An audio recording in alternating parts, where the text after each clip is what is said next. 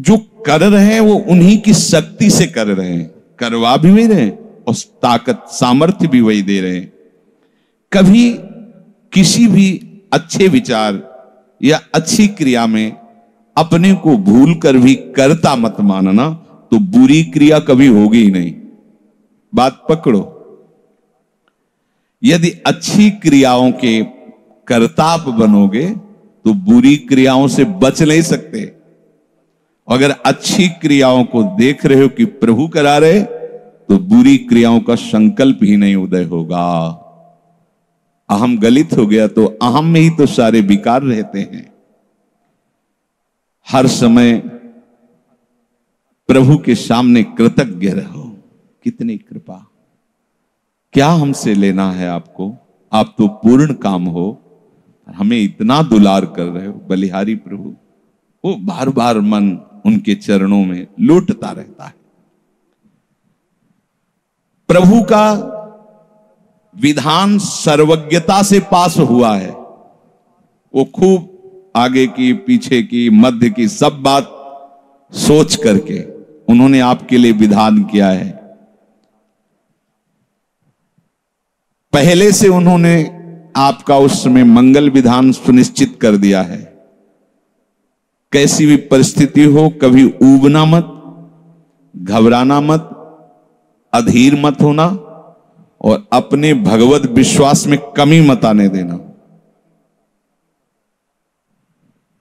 कैसी भी परिस्थिति हो, यह जरूरी है। उबना मत। बहुत हो गया कष्ट सहते सहते, कितना सहूं, नहीं। ये अगर ऐसा आ रहा है तो भी आप भगवद आश्रित नहीं हुए। नहीं, ऐसा आ ही नहीं सकता। बड़ा आनंद आता है कष्ट में, बड़ा आनंद आता है। पूरा का पूरा मन, इंद्रियां केवल प्रभु में होती, क्योंकि कष्ट में कोई विषय की इच्छा तो होती नहीं किसी को भी। भारी पीड़ा है तो सब उसी में होती।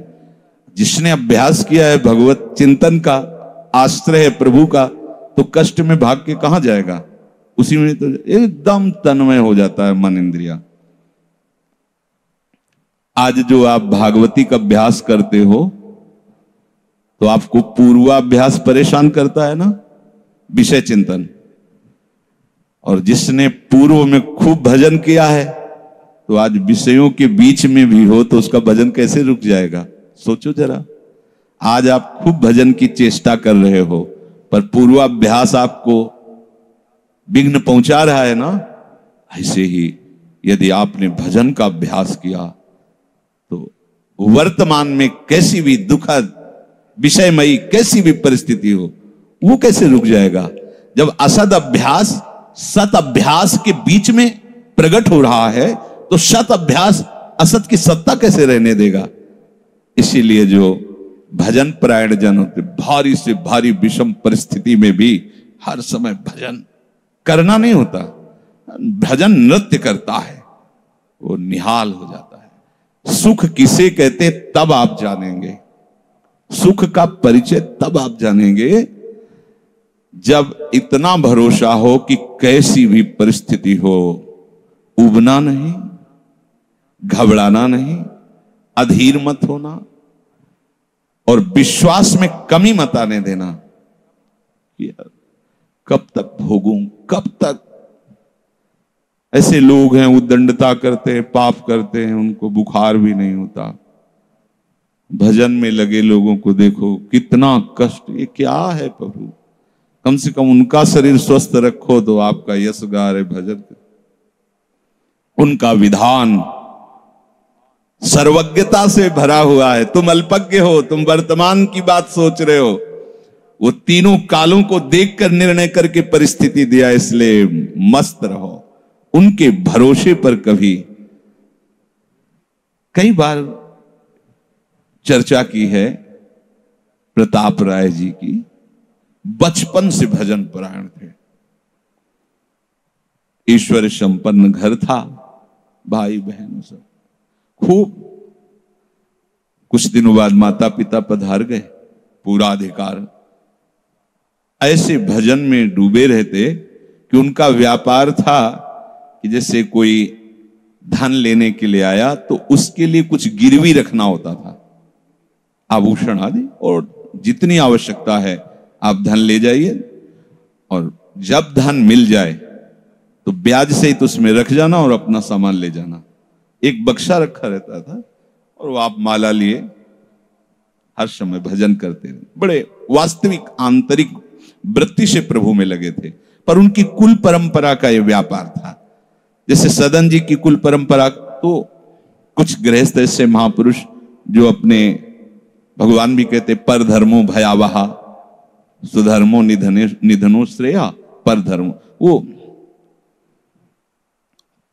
जो वहां का काजी था उसने देखा कि बिना किसी प्रयत्न के बड़ा आनंद इनके चल रहा है, तो जलन होती, जो भगवत विरोधी जन, विमुख जन होते हैं तो जलन होती है। इसको दूसरे रूप में हम कह सकते हैं कि प्रभु अब उनके भजन का फल देना चाहते थे। दोनों बातें, परिणाम जान गए हैं इसलिए हम कह रहे हैं प्रभु उनके भजन का फल देना चाहते थे, और वो वर्तमान से देखो तो वो द्रोही थे, भगवत द्रोही जन। 3 लोगों ने काजी से मिलकर कहा बड़ा सुख लूट रहा है, हम जाके देखा है, बढ़िया काम बन जाए। वो देखता भी नहीं कि बक्से में क्या रखा गया। ठीक, तो कुछ कंकड़ ऐसे झोली में, पहले थैली टाइप की झोली होती, गए प्रणाम किया और कहा हमें 10,000 रुपए की आवश्यकता है, यहां लिखो दस्तखत, तारीख, दिन, और चेक भी नहीं कर। वो इतने विश्वास परायण भक्त थे, अभी तक ऐसा कुछ हुआ भी नहीं था। 10,000 रुपए दे, थोड़ी देर में दूसरा आ गया, थोड़ी देर में तीसरा आ गया, उनको धन था, दे दिया। 2-3 दिन बाद एक आया और 10,000 का ब्याज, 10,000 रुपए उनका, अपनी जहां रखा हो निकाल लीजिए। थैली निकाली और 2500 लोगों को पहले से काजी ने वहां भेज रखा था, सबके सामने डाला। देखो कितना पाखंडी है, हमारी सोने की सब जो आभूषण थे सब हटा के देखो इसमें पत्थर रख दिया, और हो तलक दूसरा आ गया। प्रताप राय जी आपसे ये 10,000 रुपए, ये आपका ब्याज का पैसा। उसे अरे हाँ मेरे भी स्वर्ण, तीसरा। फिर अब तो जितने गांव वाले थे जो श्रद्धा करते थे कि भक्त है, बड़ा उनका सम्मान था, सब उनके मुंह पे निंदा करने लगे। तिलक लगाए बैठे हो, कंठी बांधे हो, नाम जप करते, तुम्हें शर्म नहीं आती? तभी हम लोग सोचते थे कि कुछ करते हो, नहीं इतना माला माल हो रहे हो, ऐसी बेईमानी तुम करते हो। काजी आ गया, उसने कहा तुम रिपोर्ट लिखाओ।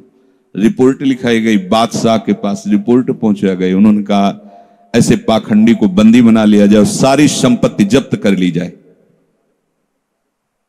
प्रताप राय जी ने जब सुन, अवाक, मतलब पत्नी से कहा कि ठाकुर जी की सेवा में बाधा ना पहुंचे, तुम ठाकुर जी को लो, पीछे के मार्ग से निकल जाओ, कुछ भोग सामग्री, आभूषण और ठाकुर जी को लेके चले जाओ। पत्नी ने ऐसा किया, साफ एक बर्तन भी नहीं रहने दिया और उनको हथकड़ी डाल करके जेल में पहुंचा दिया, सब लूट लिया, सब नष्ट भ्रष्ट कर दिया। अब आप देखते जाओ। जब वहां पहुंचे तो जो विरोधी जन थे तो उन्होंने कहा कि ठाकुर के बहुत से आभूषण, बड़ी महंगी मूर्ति इनकी ठाकुर की, इनकी पत्नी, उसको तो आपने बंदी नहीं बनाया। सरकारी सैनिकों ने खोज की तो अपने मायके चले